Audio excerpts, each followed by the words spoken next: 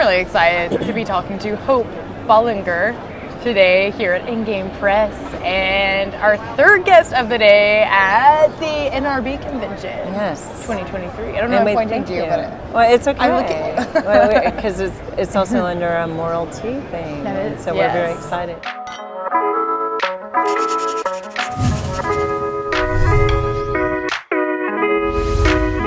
Hope has a new book out.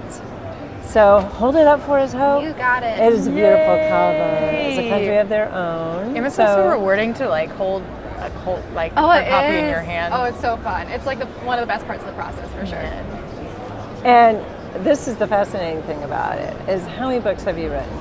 Yeah, so I have 26 books out or will be out by 2025. What? So it's a little wild over here, yeah. You have quite the backlist. Indeed, indeed. So, and 25 books. Yeah, so they're not all out yet. They will be out 2 years from now, contracted and stuff. But yes, they're all pretty much written at this point, though, too. Wow. And this one's selling really well, isn't it? I think so. Yes. Yeah, I believe so. Yeah, I hope so. We'll find out us just a little snippet of that, and then we want to get into some more. You got it. So this is a book actually all about listening to different generations and ageism and everything having to do with that topic. What it's about is two teens who are going to work at a nursing home over the summer. And the residents, despite being 80 or 90 years old, all look like teenagers. So it's all about evening the playing field, learning from different generations and listening to one another. So that is the premise of this book. Which is a really imaginative way to bring that in. The main characters are the teenagers. They are POV characters. There's a little bit of they're trying to bring together this couple here in the nursing home, so there's a little bit of a romantic element at play in the book as well. And a little matchmaking. Going on. And so it's really fun just because we have like an old soul teenager, so she doesn't really like people her own age, and then we have someone who's more of a social media influencer. He doesn't really like people who aren't his age, so it's all about them learning that it's important to befriend and get to know people of different generations too. Was this written from personal experience in this area? I mean, I definitely... What inspired it? Yeah, I'd done some volunteer work at nursing homes, but what had inspired it was a couple things. There was a photo series called Reflections of the Past, in which people who are older, do you know what I'm talking about? They look into the mirror and they see younger versions of themselves. And I wanted to see what that would look like cinematically in book form. Wow, isn't that is so cool. I love that. Okay, so that was part of it. Part of it was also my grandma had passed away right before this book was written. She was a huge part of why I went into publishing in the first place, and so I wanted to have lots of Easter eggs of her life throughout this book. So it's kind of a tribute to her. Yeah. So I think it's interesting. Well, one, being close to grandmas, I understand that. That you're doing this, you're honoring her, but you're also honoring people in facilities, skilled nursing, whatever we call assisted living, whatever you want to call it. You're honoring them as people still of value, which our society can say, right. You know, young soul, old soul, and write them off as having no longer any value, voice. And do you want to speak on that? Oh, yes. Part of the research that went into this book was me investigating that, because I had done some, having been a volunteer many years back in high school at nursing facilities. Part of it also had been, I had interviewed a World War II veteran who had lived at one of those assisted living centers, and he had talked a lot about how people somehow devalue people when they have aged into the age that he was. And so it was definitely a book that wanted to explore why we shouldn't do that, why we should value people at every single stage of their life, how every age is beautiful and wisdom is beautiful. That is so lovely. Because I want to tell you just a quick story. I went to a skilled nursing, and there's this sweet lady I see every time, and she's just really, really little and petite, but she's these big feet, and I understand because I have big feet, but she's always wearing different colored tennis shoes. So I'll stop her and I'll say, and I would just pass by and say, how are you doing? She wouldn't say anything. And then one day I stopped and I just looked at her and I went, oh, okay, I got to do something. And I said, well, what can I pray for you for? And she looks back and she's looking really pensive. And I'm thinking, okay, is she still with me? You know, what is going on? And she just looked at me and she blew me away. She goes, will you pray for beauty? And I wanted to say, what do you mean? But there's so much to ponder and learn, and we overlook people as insignificant because not just because of their age or where they are in life or their, your cover is beautiful, they're dancing. Yes. So are you a dance fanatic? So part of why they are dancing actually was my grandma had danced until she couldn't anymore. She was part of a senior follies group that every single year they would perform, and she was a tap dancer. So I wanted to incorporate that where my character, who's kind of based on her, is a dancer. She's a dance instructor and has done that up until retirement.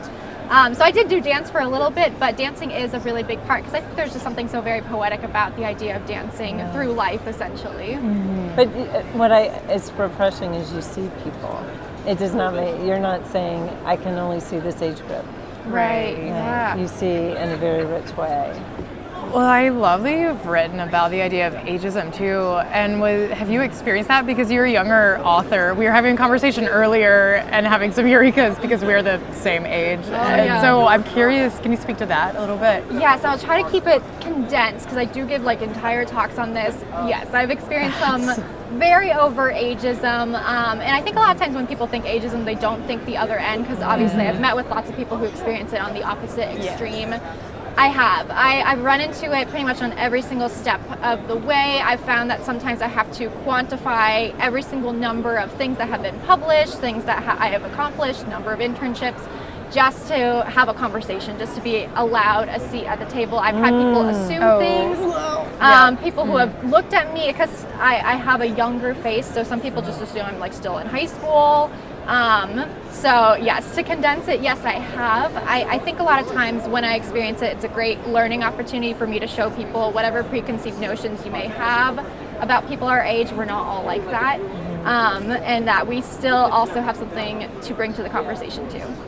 Wow. So do you find that on the opposite end of the spectrum, where have you seen that most? Because you said you volunteered in a nursing home. Is that what inspired you to work there, or was it then working with the elderly as well that you saw that on the opposite end of the spectrum? I do see that. So I saw it definitely at the nursing level. I see it sometimes in the church too, where I've met with a lot of people who feel like they feel edged out of certain groups because people are trying to target, young 30-somethings who have kids.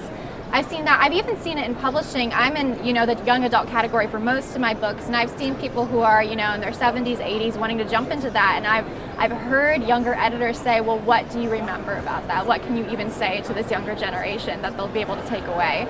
And so I've seen it in publishing too, where people who are trying to break into younger categories or wanting to write from a teenage perspective are being edged out as well. So I've definitely seen it in the work area, in church, and even in volunteer spaces too.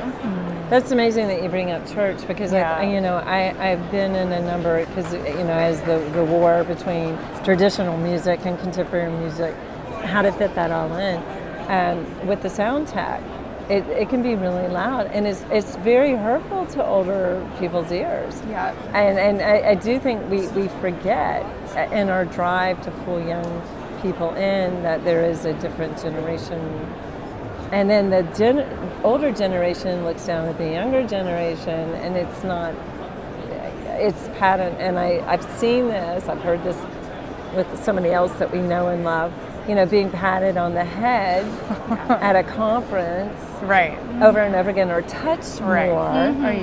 And so how are you all handling this? Because this is not right. I have seen it. I do not like it. Men coming up and just feeling like, oh, it's my granddaughter. I can treat her like my granddaughter. What do you all do? How do you handle that? I told my loved one just to walk away. Strong boundaries, I think, a strong sense of self-worth and self-respect. I think how you carry yourself is really important. I'm not saying if you dress a certain way, you're inviting something, but I do think you have to be very short, sweet, and to the point, and in just establishing your emotional boundaries. I think walking away from certain situations too. This is just my personal experience. I'm an empath, so it can be a little harder. So I'm like, oh, what if I hurt someone's feelings and they don't actually mean anything? But at the end of the day, it's like, okay, I'm a woman. I'm not someone's pet, you know? Yeah. Yeah, and I think it can depend on the context of the situation, because sometimes I've been at events where I am the youngest person by far, and I know I'm representing an entire generation. So if I am rude to someone, or if I come off a certain way, they're going to be like, everyone in your generation is just like this. So it's a balance you have to strike. Like you mentioned, you're an empath. I mean, I never want to hurt someone's feelings, so I think a lot of times tone can be something that plays. I may slightly drop my tone a little bit just to kind of convey something a little bit more mature. Sometimes dress will come into it. I know I'm dressed like a flower child, but a lot of times I'll have like more structured garments or something. I'll have my hair up. I'll try to do my makeup in a certain way where I may appear somewhat older. I've had people even, I write for a Christian living site on occasion. I remember one time I gave them a headshot and they told me, you can't send us this because we've had people complain that you're too young. You need to send us something where you look older. Wow. And I did. I sent them, I do modeling, so I had a shoot where I looked slightly older. And so I sent them that shot, and we never got complaints again for that. But I think it's a tricky balance because it really depends contextually where you are. But like you said, boundaries are important. It's important to say, okay, you can't pat me on the head. You can't call me cute. You can't in a pitch session with me be like, oh, you could just be my granddaughter's age. Like, don't do that. But it's hard. It's something I think we're figuring out. And there's not always a one-size-fits-all answer to how to present yourself professionally while also taking ageist comments in stride, I guess. Right. It seems, and it's been a long time since I've been young, in a business setting, because you both are, in a business setting, it seems doubly hard for you all. And I don't remember what it was like. I do. I remember being approached by when I was your age, and someone came up to me, did so-and-so say something to you because they said it to somebody else? And I'm like, no, because I would have hit him. And I guess he knew that. But how do you find the balance of standing and at the same time being, some men will not back down. So what do we, or even women could treat you like a granddaughter. How do you do this? Or they feel like they can push the boundary more on you. No, you really need to look at or you really need to give me an extra 30 minutes in my session. Right. How do you do this? Oh, isn't that the question? Yeah, I feel like that's one that I'm still figuring out, because when I see reality, it's adult to adult. And I get too that not everyone needs to come across in the way that they do. And it's not like that I'm deeply offended every single time, but I think it does suddenly put this weird higher power differential, especially if it's a client or someone who you're engaging, like whether it's a convention setting or even a smaller setting, and almost like having to overprove like your worth. But I think there's also something to be said about not having to prove your confidence, and just you already know the quality of your work will speak for itself, I believe. And I think in the end, it's not about for me, it's not about fixing or trying to convince someone. I think when you already know and have a sense of self-worth and self-respect, that some things for me, I just have to brush off and not take it to heart. If it opens a conversation, that's great, but not having to list, okay, here's all my credentials and my resume of adultness, and because a lot of people, I don't know if you're approached this way either, but for me, in certain settings or with certain people, they assume that youngsters are innately broke, as in financially broke. They'll take any and every odd job there is. Money's like one of the biggest, and they're proud, a sense that someone older knows more, like that you're ignorant and still figuring out life. Do you ever get that? All the time. I mean, when I had left college, I had over 10 jobs in the industry, and people still were like, well, you're just inexperienced. I'm like, would you like to show me where on this resume I am inexperienced? I've had people explicitly say in interviews to an entire group of people, well, obviously Hope has no experience, and I made sure to quantify immediately that experience. But I think what can be hard in regards to your question is, in my line of work, I get pushback all the time. I'll say, this is the protocol, this is how we do things. I didn't even make up these rules. I'm just going based on what I'm being told. And they will push back. They will think like, well, I can just kind of keep pushing until I get what I want. So the question in terms of how do you respond in those situations, how do you handle it, I think it's just constant boundary pushing, constantly reiterating, because sometimes, and like you had said, it can be doubly difficult if you are simultaneously young and a woman, because you kind of get dinged on both accounts sometimes. So I think that some people can hear but not listen, and I think it's just going to be years of work to even get there, but we do what we can, we educate in what ways we can, and we hope for the best. Basically. Well, it's really funny because a lot of times when people hear about this book, they're like, yes, the younger generation needs to learn this, and I'm like, we all need to learn this. This book is written for everyone who is making assumptions about different generations, that we all are young at heart, wise beyond our years, and need to hear from one another. Oh, that is so very good. What, out of all your books, what was the most difficult book to write? Definitely this one, actually. It was tough because I was dealing with grief. I wrote this thing in about 2 weeks, which at the time was the fastest I had written. You wrote this. No wonder you have 25 books. That's like, wow. Whoa. Yeah, and like I've since beaten that record, but at the time I'd never written that word count amount every single day, and just grappling with this issue. It was also right when the pandemic hit, so like all this stuff was happening at once. I was completely uncertain if I was even going to stay in publishing, if like that was still going to be a thing. So many houses went under. So kind of writing through grief and spilling out as many words as I did was a lot. It was difficult to kind of just tackle these topics in general. So I would say this to date probably was the toughest one to write through. Was it writing about the idea of ageism itself, or was it the actual, what part of it would you say was like the most difficult, or even the timing of COVID? Yeah, I think it was the timing. I think we all felt a little burnt out around that time because we just were so uncertain of what the future held. I think the topic for sure, I had written this book in a way that I always try to challenge myself with each book doing something different. I'd never done a dual POV on my own. I'd never really written a book that, it's not a slower book, but it's slower paced than a lot of the ones I had previously done. So taking my time with the details, making sure that the symbolism was executed well.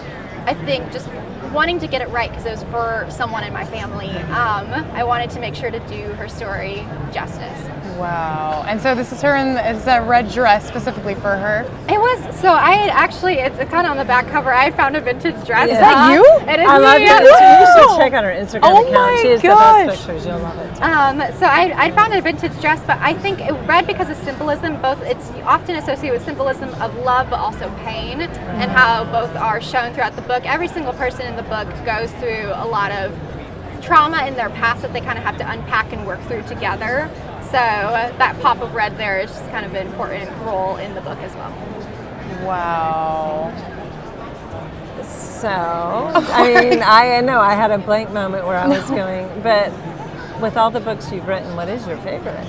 I get asked this a lot. I know, and I'm sorry to be redundant. I have kind of a cop-out answer. So I can't pick because it's like choosing a favorite child. Yeah. But I can say the ones I've had the most fun with are actually ones I've co-authored. So of the 26, I have 7 that are with a co-author. Okay. And it's just fun because I play tennis and I love doubles more than singles. Oh, that is fun. Because it's so much fun to have a partner, someone to encourage you to take half the word count, to work on an idea together and come up with it together. There's just something really, really fun about that. So those are the ones I've had the most fun with. I can't choose a favorite just because I love each one for different reasons. And you're a team player. I am, yes. I love doubles. Doubles is so much fun because you get to stay at the net. Yes, the net shots are the best. Yeah. You get to aim at the feet and then apologize. Oh, I'm so sorry for hitting your foot and getting that point. But it's a good point. Oh, yeah, it's great. Okay, let me ask you this then, because this is all the rage in our area. Pickleball. I haven't played it yet. Because I'm afraid. Everyone goes, oh, you play tennis, you can play pickleball. And I'm like, this doesn't even make sense. It's like the hot thing at the Y. It is the hottest thing out there. It seems to be really popular right now, yeah, for sure. So you haven't tried it? I haven't tried it. I know there's leagues and stuff in my area too, but I haven't given it a shot yet. Okay, so you, obviously, you're a literary agent. You're an excellent editor. Just so she's a literary agent. If you're and a writer. So, I mean, she wears so many hats. Yeah, too so much I used to be a literary agent. I'm not anymore, but I can't okay. talk about that side of the industry Okay. for sure. But Oh, okay. yeah. I'm sorry. I thought No, I saw. you're totally fine. When I transferred to Endgame, I figured it was somewhat of a conflict of interest, so I ended up turning that down. But I have been in it for 3 years, yeah.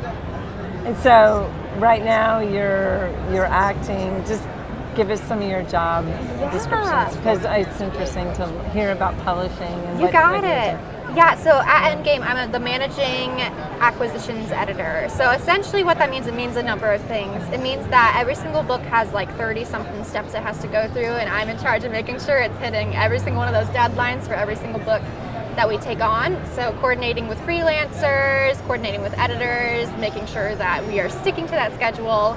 I do edit every single book that comes through. So one of those rounds of edits I will be on, usually that first round. And then acquisitions editor, so part of the team, so I'm not the only one who makes this decision, but we'll go through a lot of our submissions and decide which ones are the best fit for what we're trying to do at Endgame too. Okay. Wow. As somebody who went through your editing, which was beautiful, I look forward to editing. I think it's the best thing, and everything you said was so on point, and it made it such a far better book. And I really do appreciate that. So I realize you probably get pushback from a lot of things. My thing is I do apologize because I wasn't sure how do you click it all. Yes. Oh, you're but totally fine. No. So who edited your book? Yes, we had 3 different editors on this thing, or maybe it may You have don't have been to 4. name names, but I was just curious. Yes, okay. I will say I really loved the content editor on this. She does a really, really good job with books because she's really good at seeing what the author's trying to do and getting you there. So, and I appreciate all the editors on this project. They all did a really wonderful job. But I agree, I really appreciate that you really enjoy the process of editing, and you were really receptive to feedback, because we do get a lot of pushback sometimes where people say, well, it's my baby, like I don't want to make these edits, and we really are on the side of the authors. We're trying to make sure that we get the best book possible out there, so you can have the best chance to have the best foot forward in the marketplace. No, it totally makes a better book. I don't know why people are so resistant. People are funny. Because you can't see the scope, and you won't see the big picture when you're editing. How did you start? Oh, sorry, go ahead. No, I was gonna say, how did you start writing as well? Like, what got you into that? I know we have just a few minutes left, but I wanted to at least touch on that. Yeah, no, this is a great question. So, thought for the longest time I was supposed to be a teacher, learned I couldn't teach. So, I had a friend in high school who wrote books. And in the spirit of friendly competition, decided, well, why don't I give this a try? And I fell absolutely in love with it. I couldn't stop. And then in high school, I discovered that it's really, really tough to get into publishing. So I figured if I can sneak in, learn everything that there is to know about publishing, I could sneak myself in first and then sneak other people in afterwards. So that was the goal I set out to do. I didn't think it would happen this fast. But by the time I graduated college, I had that first book contract, and then 3 years later managed to land the job at Endgame, where I was able to help sneak people into the industry, essentially. Whoa. Oh, that is so exciting. So why don't you ask Hope the burning... Our burning question. Okay, so we've asked every single guest in our living room at NRB this question, but if you could ask one question to, everyone here or the world or just a certain demographic in general, what would it be? There's no right or wrong answer. Okay. What story do you think needs to be told right now? Man. Would be the one. Because that's a question we like to ask a lot of times when we're at these conventions, because we'll meet with a lot of librarians and booksellers and parents, and we'll say, what are you not seeing right now that you really need to see? What are some stories that need to be told? And everyone always has an answer. Because, as writers, obviously we have the stories on our heart, but we want to make sure that we are meeting needs of people, that we are helping people. And what's been really cool with the Endgame booth is that we are seeing that a lot of the books are meeting those needs. We have books on grief, we have books on fear, on ageism, on different things that affect people differently. I would just always have a heart for people who are feeling unheard or unseen. And so getting those stories out, I think, is something I have a passion for. You are such an encourager, too. You are. So I would be working around the booth, and I also know the way. She goes, hey, Renee, and she said something. And I was looking at her, I was like, I needed to hear that. So you really have a way of encouraging and knowing what people need to hear. So we want to encourage you and to keep going. We look forward to that 100th title. Yes. Next year. There you go. Yeah. And it's such a beautiful book. So Yeah. we just pray that it just reaches so many people. And we just thank you for this. Yeah, thank you. And thanks for having me on here. I know you all have been really, really having a lot of great conversations, so I appreciate that. I'm included in one of those for sure. Oh no, we wanted to. Like I said, when Renee even briefly mentioned something for sure, I'm like, I want to talk. I relate. Like it's so relatable too. You know, I think our age bracket is one, or just even the idea of like ageism is something, and on both ends of the spectrum, it's not really. I mean, it's talked about, but because there are so many like preconceived notions, it's nice to see something like even a book like this that's actually geared to open people's eyes to it. But on both ends of the spectrum, it's great. Well, we thank you so much, and there we are.